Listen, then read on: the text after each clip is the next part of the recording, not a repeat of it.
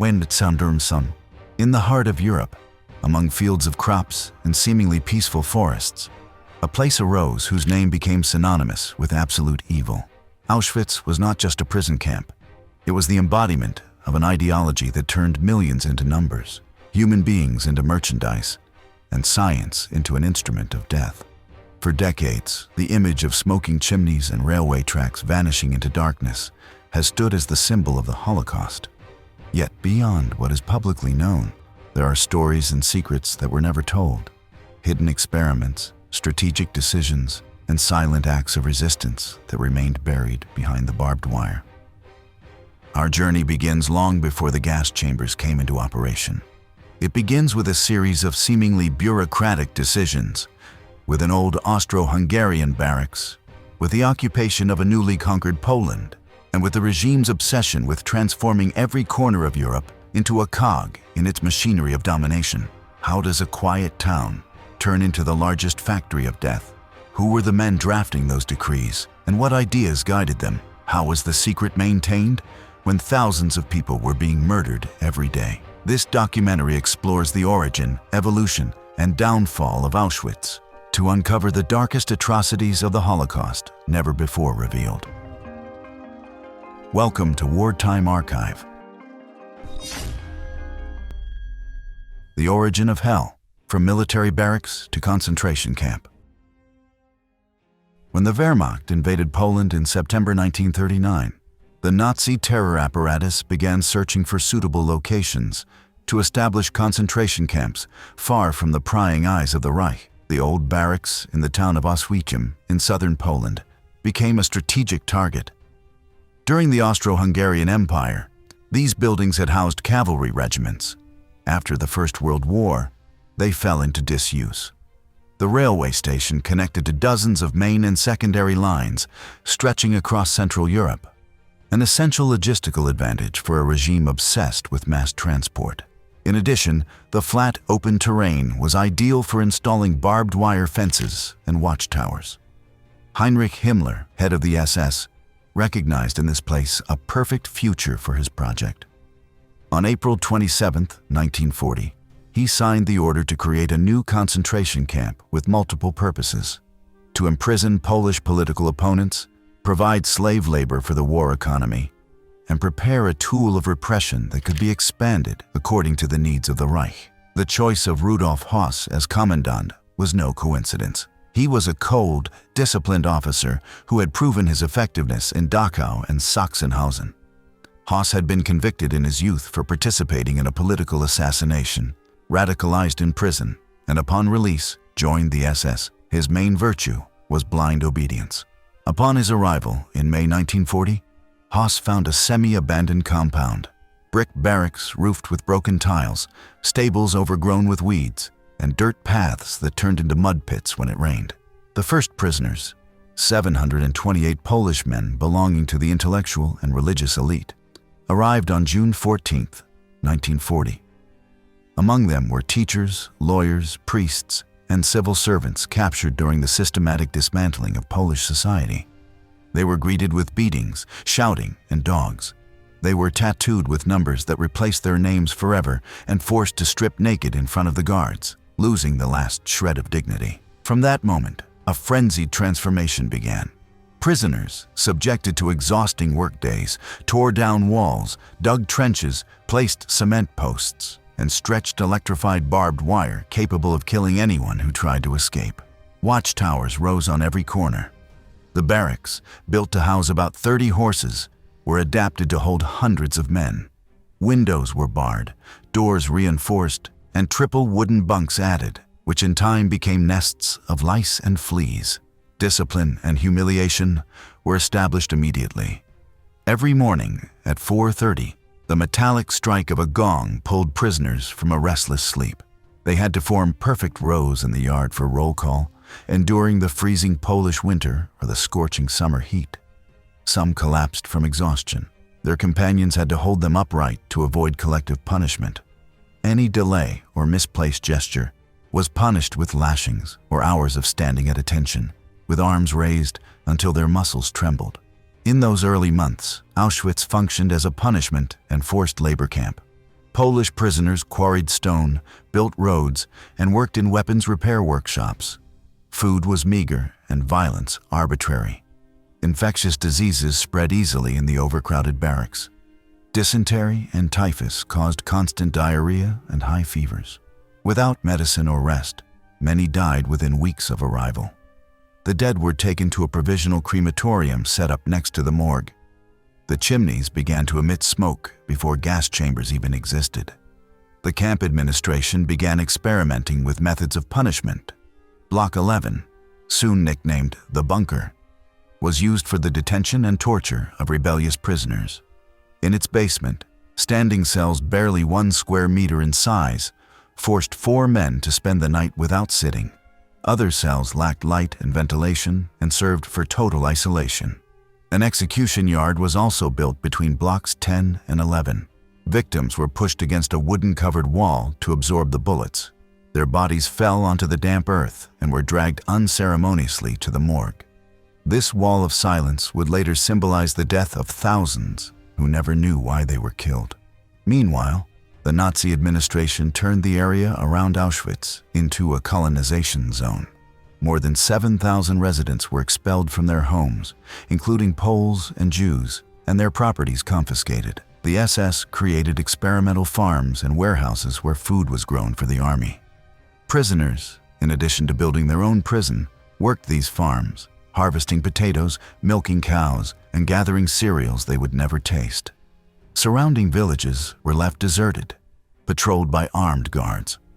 By the end of 1941, the camp housed more than 10,000 prisoners.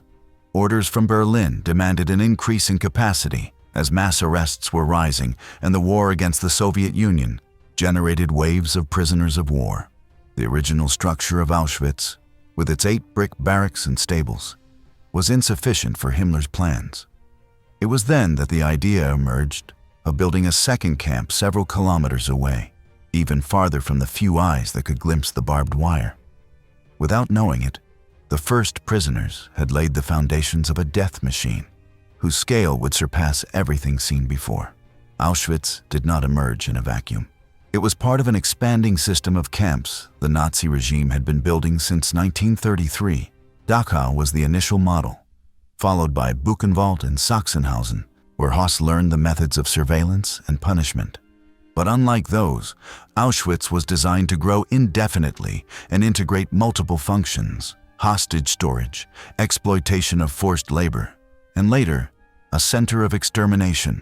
The campaign against Poland had led to the arrest of tens of thousands deemed enemies of the Reich: intellectuals, resistance members, priests, Jews, and Roma.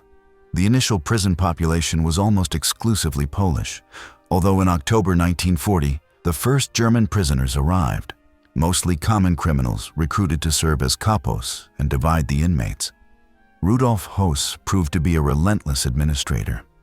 In his autobiography, written in Krakow prison before his execution, he described how he conceived of Auschwitz as a modular complex that could expand with subcamps and factories. Under his command, mandatory numerical tattoos were instituted. Initially, numbers were sewn onto clothing, but since many prisoners died or changed uniforms, the decision was made to tattoo them onto skin. The first series of tattoos was applied to Soviet prisoners as permanent identification.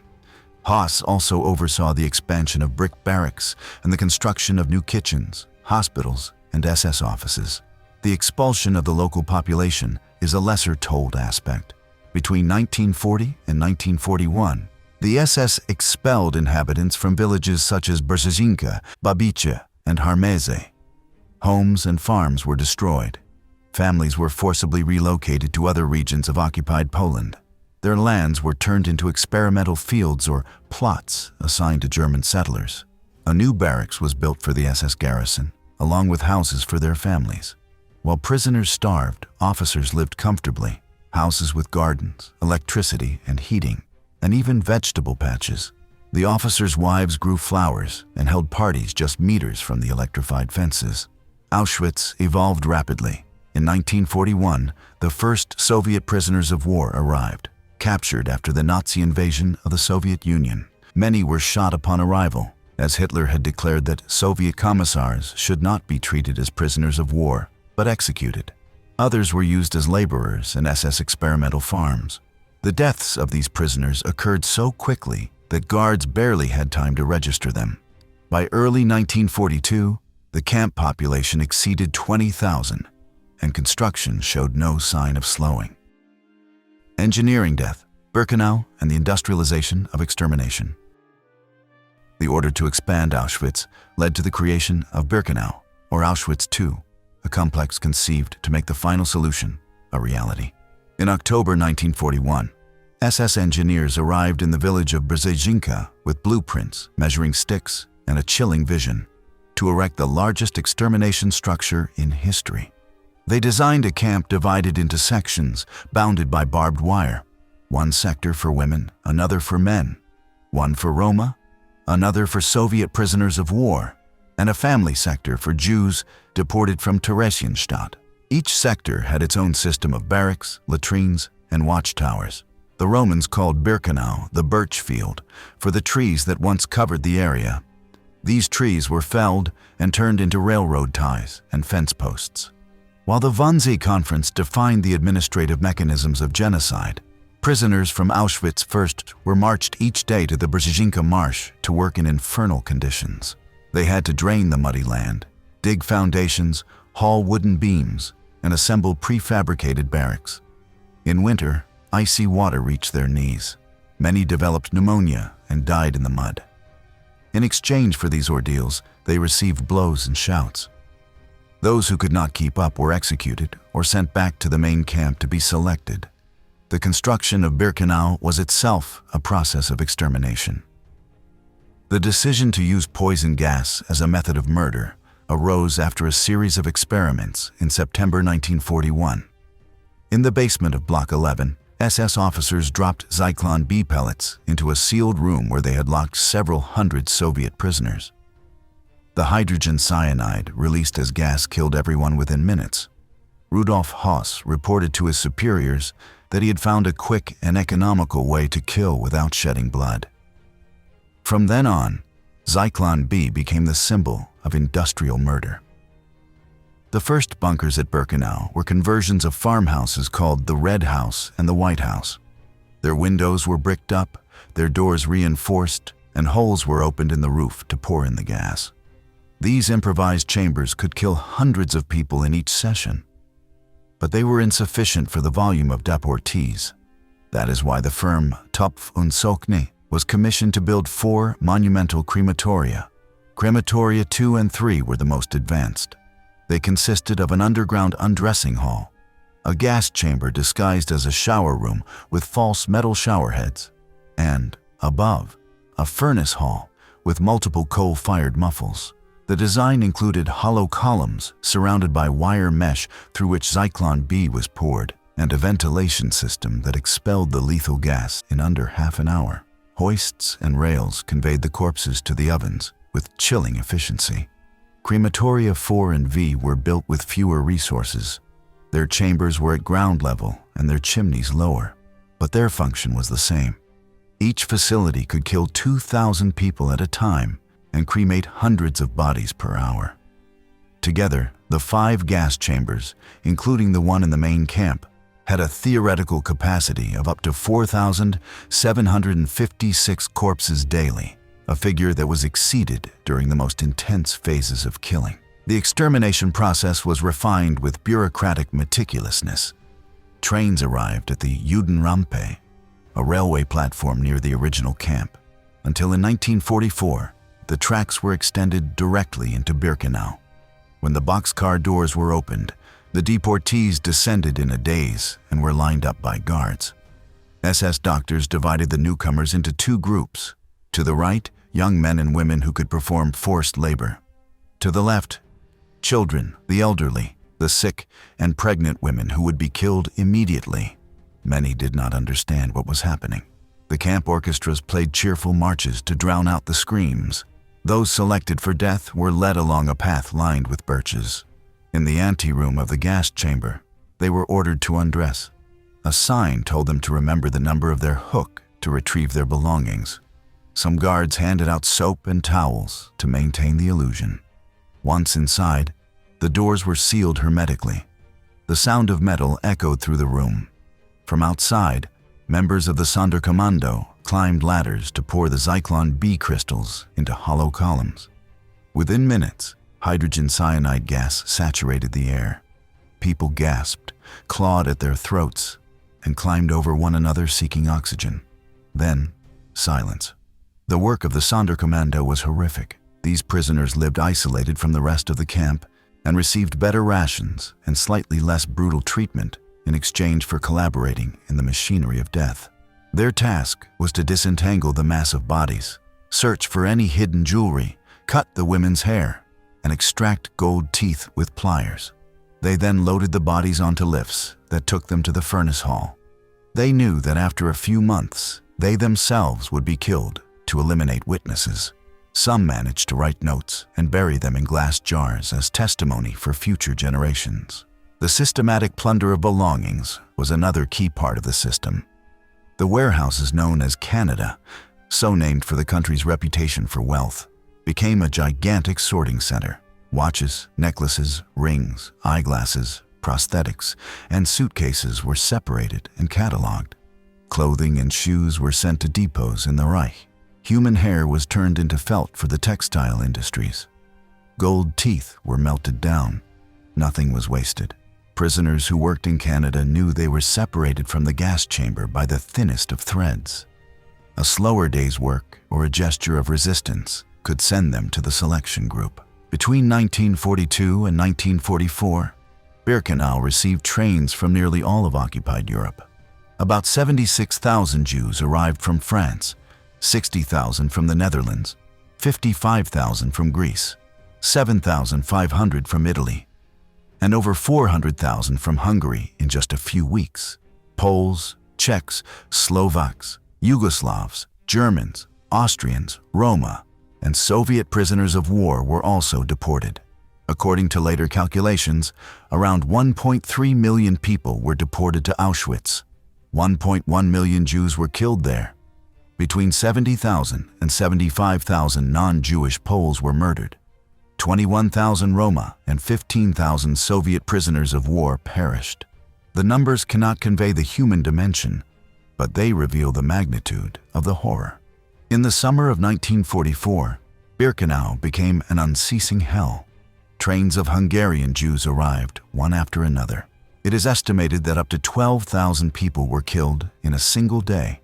When the crematoria could not keep up, giant pits were dug in the forest to incinerate bodies in the open air. The smoke was so dense it could be seen from miles away. The great ovens worked at full capacity while all of Europe bled in war. For the executioners, the victims were numbers entered into production tables. For those who survived, Birkenau represents the abyss of the human condition. Within Birkenau existed microcosms of horror. The so-called Zigeunerlager, or Gypsy Camp, housed from February 1943 onward thousands of Romani and Sinti deported from Germany, Austria, and Eastern Europe. Unlike other sections, families were kept together. Conditions were appalling. The wooden huts lacked heating and were infested with lice. Many children died of measles and typhus. In August 1944, the SS liquidated the camp in a single night. They loaded all residents, including children, onto trucks and took them to the gas chambers. In a desperate act, some Roma tried to resist with knives and sticks, but they were crushed. Not a single one survived.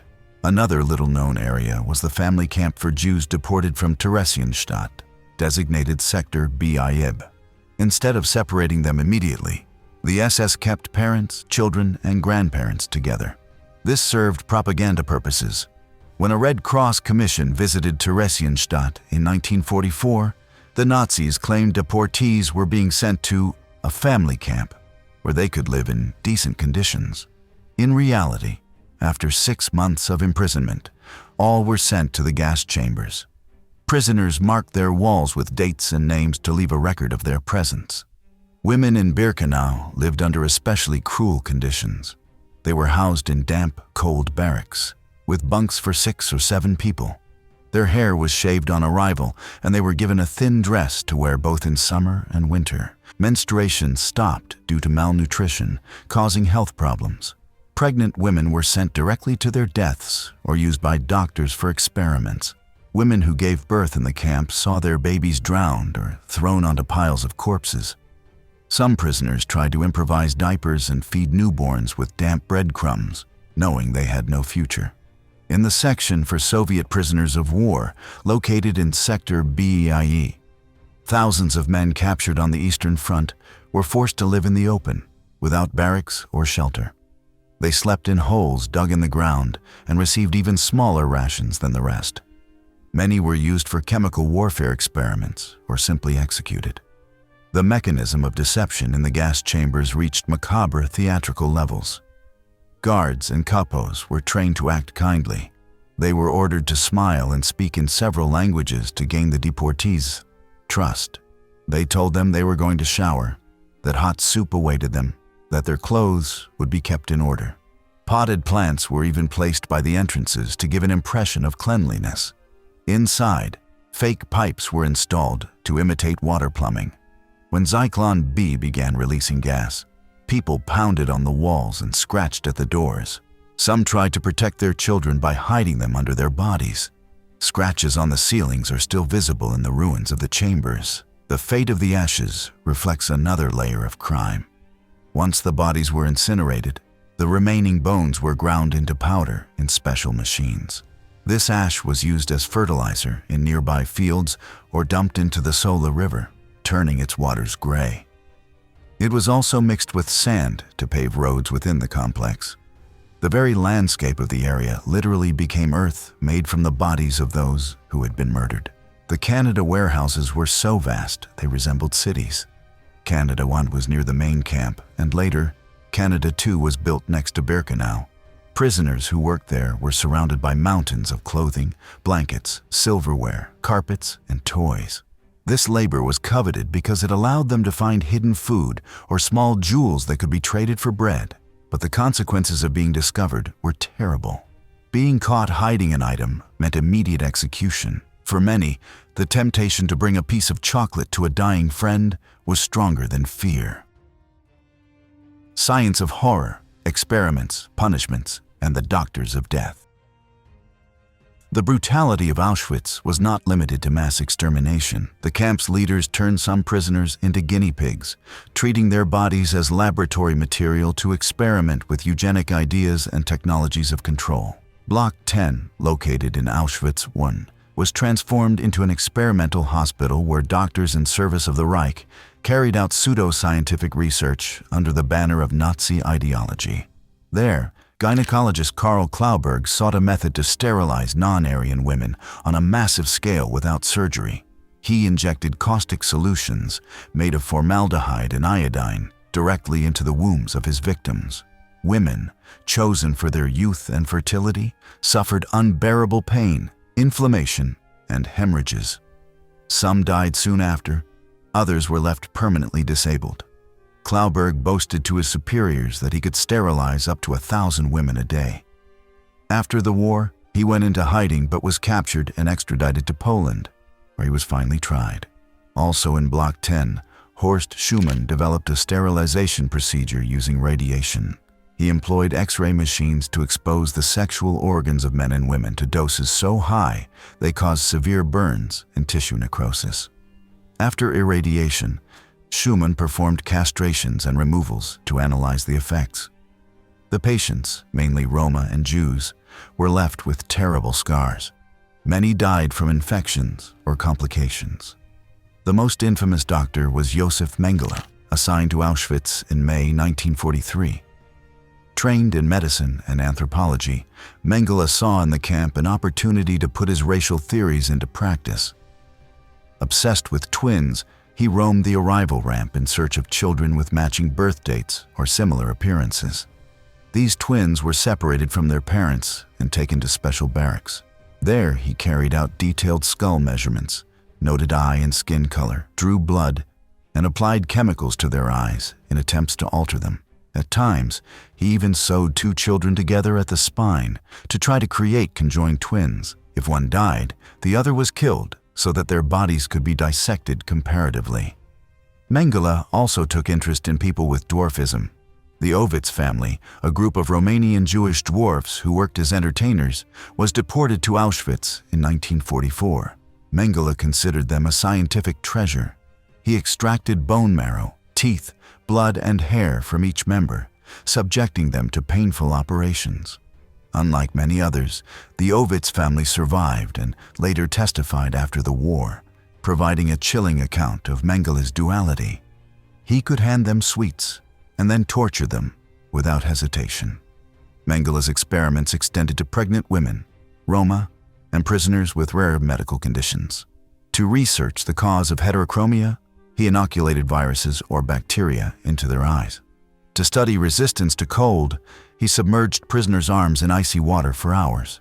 To test new drugs, he deliberately infected prisoners with typhus, malaria, or tuberculosis, and then administered experimental treatments.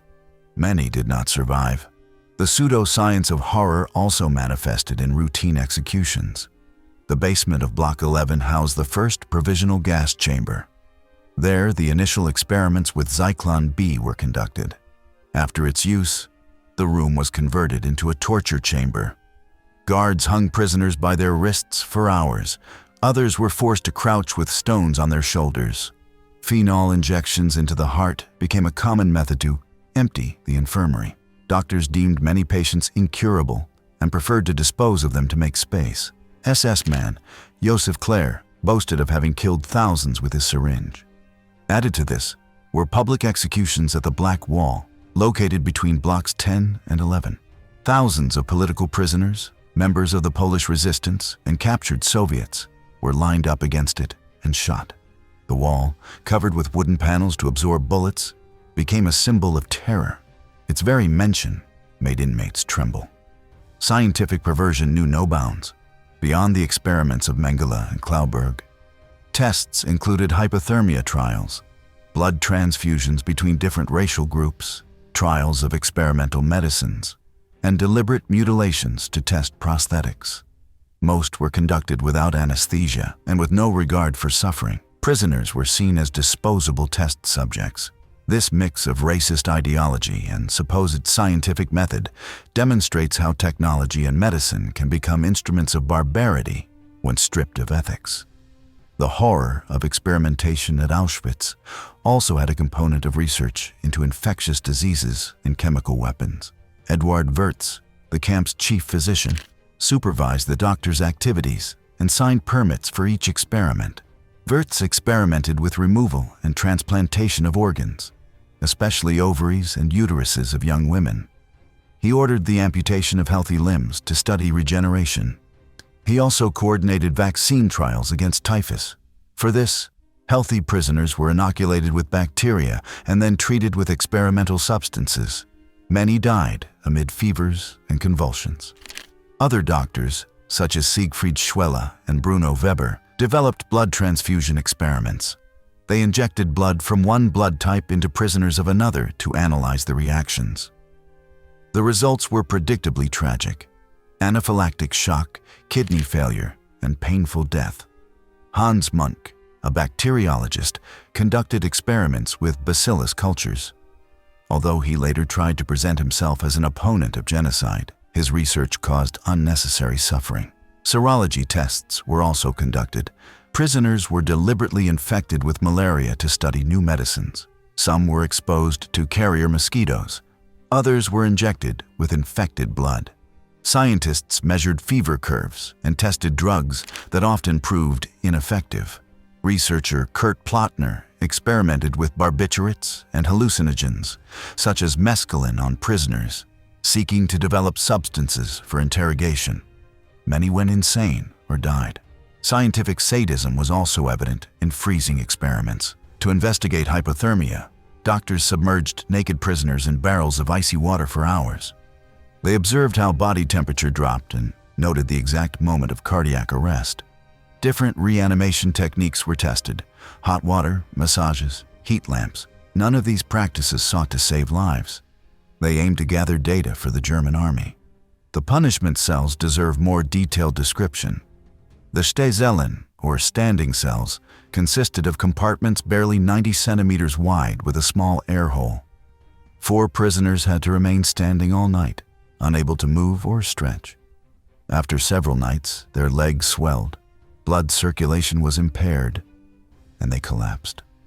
The Hungerzellen, or starvation cells, were dark rooms where inmates were locked without food or water until they died. Guards opened the door every few days to remove the bodies. The Lichtzellen lacked windows. Prisoners lost all sense of time. Others were tied to posts and left under the sun or snow for hours. Selection for these punishments was arbitrary. It could be for stealing a potato, talking to someone in another line, or blinking during roll call. Such arbitrariness destroyed any sense of justice and plunged prisoners into learned helplessness. Some, desperate, begged to be sent to the gas chambers rather than endure prolonged torture. The impunity of Auschwitz's doctors contrasted with the trust many prisoners placed in prisoner doctors. There were Jewish, Polish, and Soviet doctors who, despite scarce resources, tried to alleviate suffering. They hid the sick, invented diagnoses to avoid selections, and concocted remedies from herbs or scraps of medicine. Dr. Gisela Perl, a Jewish gynecologist, was forced to perform clandestine abortions to save women from being killed. Perl, after surviving, wrote her memoirs to denounce what had happened. The legacy of these experiments continues to be examined. After the war, Allied scientists seized reports and data obtained in Auschwitz. Some argued that they were too valuable to discard. Others maintained that any use of such information was immoral. In the following years, universities and laboratories debated the ethics of employing data derived from torture. The controversy demonstrates that the echo of Auschwitz's crimes reaches even into contemporary science. The routine of horror, forced labor, hunger, and survival. Beyond the gas chambers and experiments, Auschwitz was a machine designed to destroy slowly yet inexorably. Daily life was ruled by brutal discipline. At 4:30 in summer, 5:30 in winter, the gong rang, forcing prisoners to leave their wooden bunks. They had only seconds to dress in striped uniforms that were never washed and line up for the morning appel. Under rain or snow, they had to remain motionless while the SS counted them again and again. If someone was missing or the number did not match, the roll call could last for hours. After roll call, they received a meager breakfast, half a liter of a black liquid called coffee that contained no coffee at all. Then they were sent to their work units, or commandos. Shifts lasted 11 to 12 hours. Some were assigned to the quarries of the main camp, where they had to haul stones weighing over 50 kilos up an endless staircase of 186 steps. Others worked on Birkenau's drainage system, digging ditches in swamps with icy water up to their knees, even in the middle of winter. Many were sent to armament factories or neighboring camps producing parts for the Wehrmacht. The production quota was deliberately set to be unattainable. Capos watched with clubs and whips, beating anyone who slowed down. Lunch consisted of about a liter of watery turnip or cabbage soup, often filled with worms. Prisoners who received their portion at the bottom of the cauldron considered themselves lucky if they found a piece of potato or more fat. Dinner was around 300 grams of black bread, sometimes accompanied by a slice of sausage, a spoonful of margarine, or a spoonful of jam. This bread had to last until morning, creating unbearable dilemmas. In total, the daily diet provided between 700 and 1,000 calories. The result was emaciation. Prisoners lost half their body weight within weeks, developed edema and extreme wasting. Those on the brink of death were nicknamed Muselmann. To the SS, they were disposable and sent straight to the gas chambers. Sanitary conditions worsened the suffering. At Birkenau, wooden barracks originally built for horses housed more than 800 people. The triple-decker bunks were simple planks without mattresses or blankets. Lice and fleas multiplied unchecked. Typhus and dysentery caused periodic epidemics. The latrines were long rows of holes over trenches, without partitions or privacy, used by hundreds at once under the guards' watchful eyes. Personal hygiene was a non-existent luxury. Washrooms consisted of cement channels with taps that worked only intermittently. Showers were rare. When allowed, the water poured either icy cold or scalding hot for a few minutes. Prisoner classification reinforced the regime's racial and political obsessions. Each newcomer was tattooed with a number on the left forearm.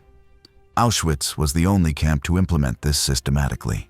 And given a colored triangle sewn onto the uniform, the colors indicated their category: political, criminal, homosexual, Jewish, Roma. This mark determined their place in the internal hierarchy and influenced their work assignments and treatment. Everyday terror went beyond physical deprivation. Constant surveillance, arbitrary punishments, and regular selections kept prisoners in a permanent state of anguish. They never knew if an officer would point to their line and send them to the gas chambers. Distrust was encouraged. Capos were recruited among common criminals marked with green triangles and given power over their fellow inmates. Solidarity was punished with brutality. Yet, even in that environment, acts of resistance emerged. Some prisoners shared their food, others organized clandestine networks to obtain medicine or information. On Sundays, when work in the factory was paused, some musicians formed improvised orchestras and played to keep their comrades' humanity alive. The routine of horror ended at nightfall with the evening appel. After another endless roll call, prisoners returned to the barracks, exhausted, covered in mud and blood, knowing that in just a few hours the gong would ring again. For many, sleep was impossible due to pain and the constant rumble of the crematoria, whose smoke perfumed the air with the acrid stench of death. Each sunrise was a temporary victory, but also the beginning of a new cycle of suffering that seemed endless. Life in the camp was marked by constant humiliations that eroded personal identity. In many cases, prisoners arrived with their own clothes, which they held onto symbolically. Being stripped of them meant losing part of their individuality. They were given striped uniforms produced in nearby textile factories and wooden clogs that caused blisters on their feet. There was no underwear or adequate coats.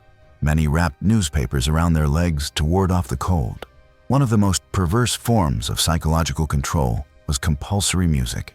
The camp had several orchestras composed of prisoner musicians, one in Auschwitz and another in Birkenau. These musicians received slight privileges such as an extra food ration, but their task was to play marches and cheerful songs as columns of prisoners marched to work or to the gas chambers.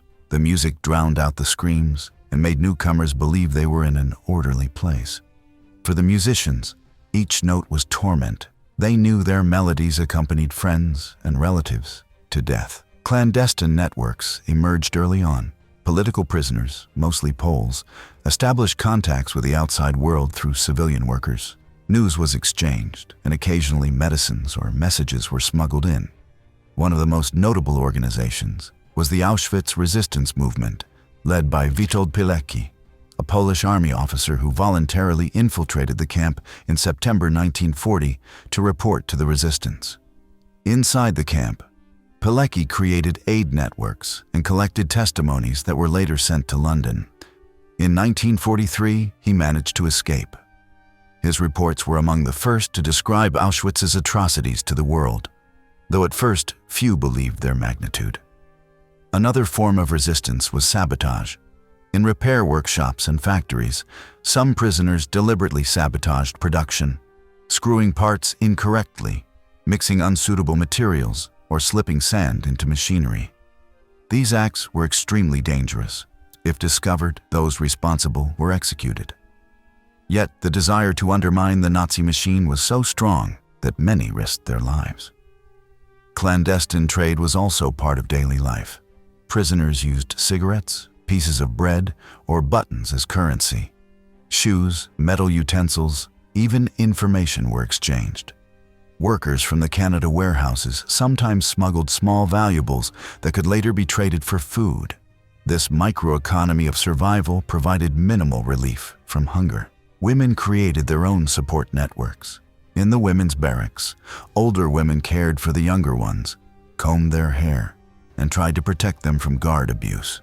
They shared imaginary recipes, sang childhood songs, and recited poems as a way to escape the horror mentally. Some women still menstruated and used rags or newspaper as improvised pads.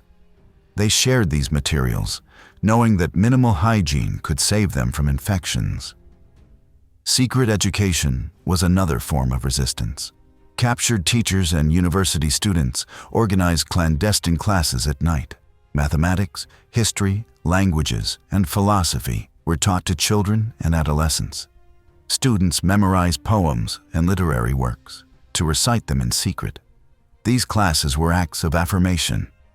They proved that the human spirit could resist even in a place designed for annihilation. Children's lives in Auschwitz deserve a chapter of their own. In general, those under 14 were sent directly to the gas chambers. However, some survived temporarily.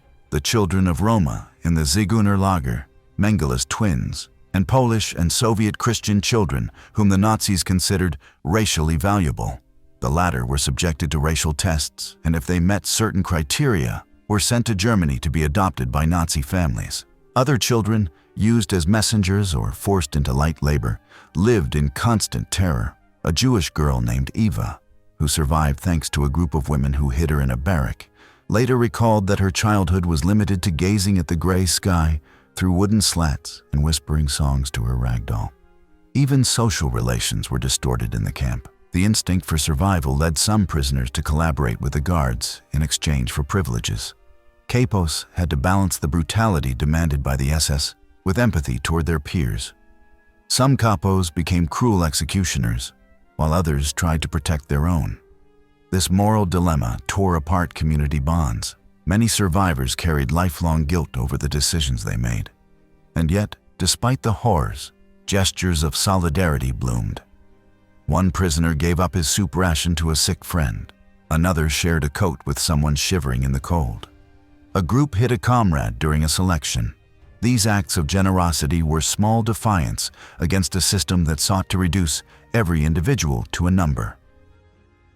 Economy of genocide, IG Farben and industrial slavery in Monowitz. While the gas chambers worked without pause in Birkenau, just a few kilometers away, near the village of Monowitz, another complex arose, different but equally lethal. Auschwitz III, also called Monowitz, was born out of the alliance between the SS and the chemical conglomerate IG Farben. This enormous company, formed from the merger of Bayer, BASF, and Hoechst, was the fourth largest corporation in the world and controlled most of Germany's chemical production. When the war broke out, it saw in the Nazi regime the opportunity to expand and profit. IG Farben had developed a process to manufacture synthetic rubber, Buna, from coal. Faced with blockades that prevented the import of natural rubber, it proposed building a plant near Auschwitz to exploit three advantages: abundant water from the Sola River, proximity to the coal mines of Silesia, and above all, unlimited access to slave labor. In February 1941, the company's leadership signed an agreement with the SS. It would pay between 3 and 4 Reichsmarks per day for each prisoner sent to work, depending on their specialization, and barely 1.5 per day for each child used as an apprentice. For IG Farben, the cost was negligible. For the prisoners, it was a death sentence. Construction of the Buna plant began in April 1941. Soon, more than 1,000 prisoners transferred from Auschwitz were working there. A year later, they numbered nearly 4,000. In 1944, at the peak of activity, more than 11,000 slaves labored simultaneously in Monowitz. Conditions were brutal. They worked 12 hours a day without protective equipment, under the watch of armed guards. Prisoners mixed cement, erected steel structures, hauled heavy loads, and handled toxic substances. Winter cold gnawed at their bones, and summer heat burned their skin.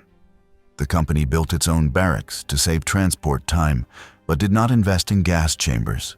When a worker became too weak, he was marked with a red circle on his uniform and sent by truck to Birkenau to be gassed. Life expectancy in Monowitz was short. Unskilled workers survived 3 or 4 months. Those sent to the nearby mines died within weeks. Even so, IG Farben's directors took pleasure in their visits to the plant. Otto Ambros, Fritz Termeer, and Heinrich Butefisch walked through the workshops, seeing skeletal bodies and striped uniforms. They knew exactly what was happening. Degesch, an IG Farben subsidiary, produced the Zyklon B used in the gas chambers and even modified its formula to remove the warning odorant, making the product even more lethal. The Buna plant never produced synthetic rubber in the quantities planned. The facilities were bombed by the Allies and technical problems piled up. Nevertheless, IG Farben did not give up. It continued to use slaves to manufacture synthetic fuels, explosives, medicines, and poisons. Other German companies followed its example. Krupp set up artillery workshops. Siemens manufactured electrical components. Telefunken equipped communication systems. All paid the SS for each prisoner and ignored their fate. The business was not limited to industrial production. In Auschwitz's Canada warehouses, groups of prisoners meticulously sorted luggage, clothing, shoes, glasses, jewelry, and other belongings confiscated from deportees. Dental gold was melted into ingots for the Reich's treasury. Hair was packaged to produce insulation and textiles. Prosthetics and watches were sent to Germany. The confiscation of property, the appropriation of Jewish homes and factories in occupied territories, and the sale of victims' possessions were part of a plunder economy that enriched institutions and corporations. In 1947, after the war, 24 IG Farben executives were tried in Nuremberg for crimes against humanity. Documents showed that they had visited Monowitz, read reports on mortality, and requested more prisoners when production demand rose. Yet the sentences were surprisingly lenient. Most served only a few years in prison and returned to the chemical industry in post-war Germany. The successor companies of IG Farben, dissolved in 1945, continued to thrive. Only decades later, under pressure from survivors and organizations, did they publicly admit their complicity and establish compensation funds. Monowitz remains a reminder of how unscrupulous capitalism can become complicit in genocide when pursuing profit at any cost. The Third Reich's economy was overseen by the SS Central Economic and Administrative Office, known as the WVHA. This body supervised all concentration camps and handled labor contracts with private companies. At its head was Oswald Pohl, a relentless administrator who viewed prisoners as a renewable raw material. Pohl set standard rates for different categories of workers and created a billing system that turned Auschwitz into a profitable enterprise. Invoices were sent daily to companies such as IG Farben, Krupp, or Siemens, detailing the number of prisoners provided and the total cost. In addition to the large Monowitz complex, dozens of subcamps around Auschwitz were dedicated to specific projects. In Fürstengrube and Janinagrube, prisoners dug coal mines. In Bleckhammer, they worked in synthetic fuel refineries. In Budi and Harmetze, inmates farmed land to supply the SS. In each of these subcamps, conditions were equally cruel. 14-hour days, meager rations, and brutal punishments. Prisoners walked kilometers at dawn and returned exhausted at night. Many died along the way and were replaced the next day. A state company, Deutsche Erd- und Steinwerke, exploited quarries and brick factories in Auschwitz. Its forced laborers faced kilns and quarries, with lethal results. Illegal trade thrived on the system's margins. Corrupt guards sold stolen valuables in black markets of nearby cities. Some SS officers trafficked jewelry in Germany. These side businesses reveal how institutional plunder blended with personal greed. The involvement of companies in Auschwitz raised questions about collective responsibility. After the war, many firms argued that they had been coerced or unaware of camp conditions. Yet, contracts, documented visits, and reports show they knew enough to understand that their profits were soaked in blood. The memory of Monowitz and its subcamps is essential to understanding that the Holocaust was not only a crime of hatred, but also an economic project. Recognizing this aspect helps explain the efficiency with which it was carried out and forces reflection on how capitalism can become distorted when divorced from morality. The final act: death marches, destruction, and liberation. As the Red Army advanced from the east in the summer of 1944, Auschwitz's administration intensified its pace of killings. Paradoxically, the bloodiest days came when German defeat was already inevitable. Between May and July 1944, Around 400,000 people, mostly Hungarian Jews, were deported to Birkenau and murdered shortly after arrival. The chimneys spewed black smoke day and night, yet the crematoria were still insufficient.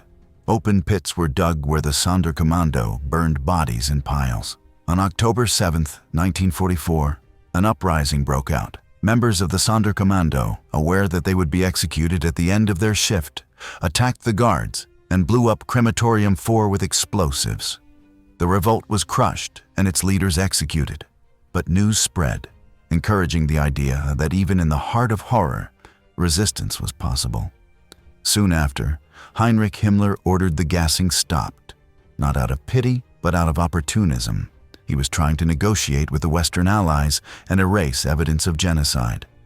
Crematoria 2 and 3 were partially blown up in January 1945. 4 was already destroyed. At the same time, the SS began destroying archives, burning documents, exhuming mass graves, and crushing bones. They sought to erase every trace of what had happened. In November 1944, the official use of gas chambers was banned, but killings continued through shootings, phenol injections, and exhausting labor. In January 1945, with Soviet troops just kilometers away, the camp administration received clear orders. No prisoner was to fall alive into enemy hands. Thus began the so-called death marches. On January 18, 1945, the first prisoner columns left Auschwitz. Over 6 days, around 60,000 people were forced to march westward in temperatures of 20 degrees below zero.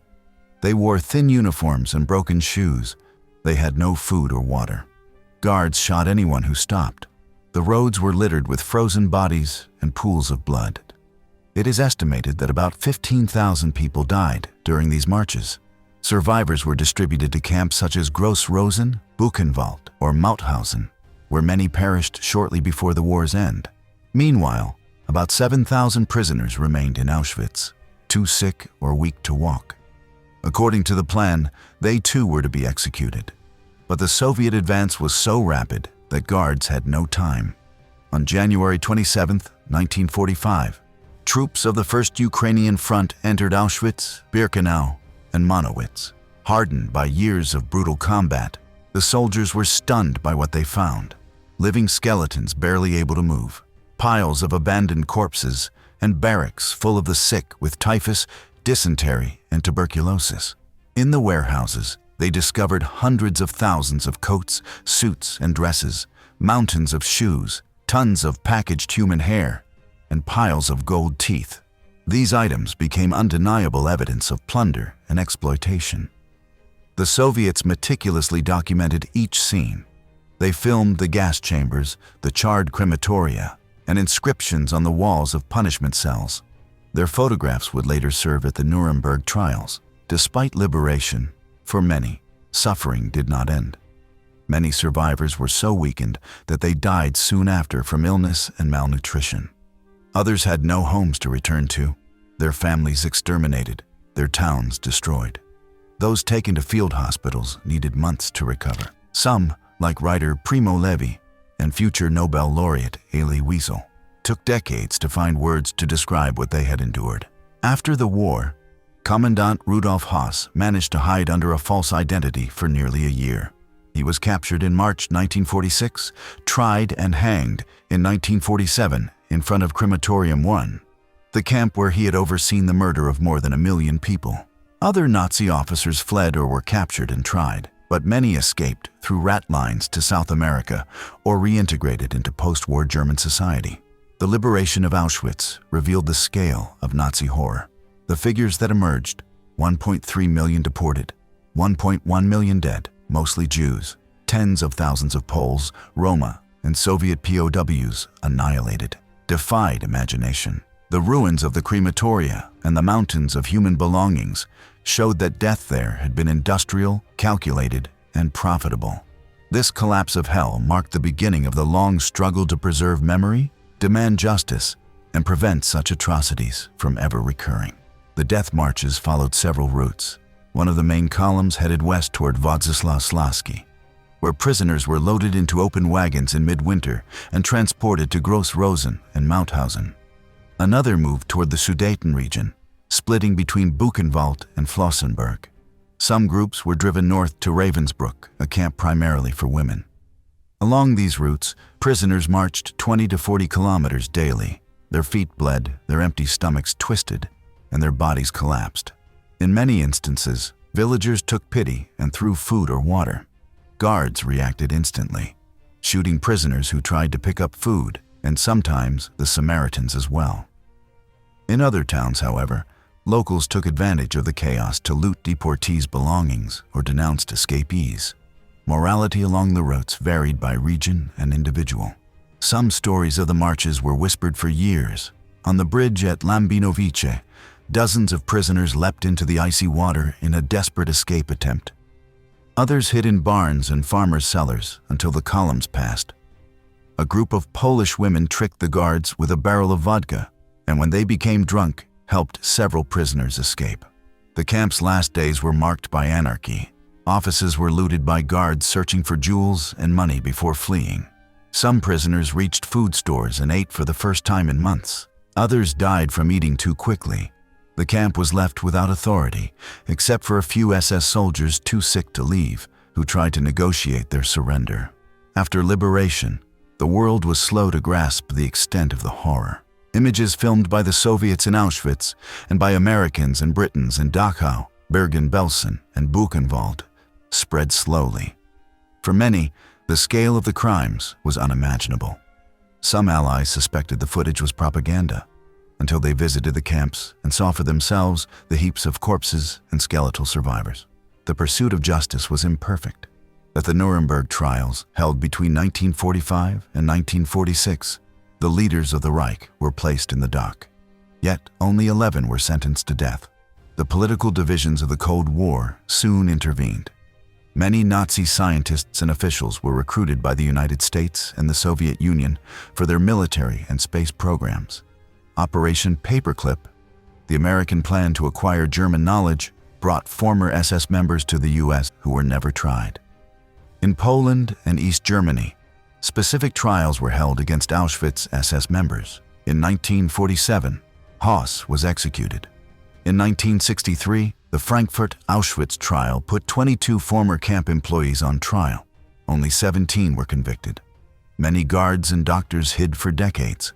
Some were discovered in Argentina, Chile, or Brazil and extradited. Others died quietly in their beds. Memory became a collective duty. Through testimonies and memoirs, a narrative emerged to educate new generations and honor the victims. Institutions like Yad Vashem in Israel and the Auschwitz Memorial in Poland were founded to preserve these places and to commemorate every January 27th with the March of the Living. Visiting Auschwitz today is not just a historical journey, but a confrontation with what humanity is capable of.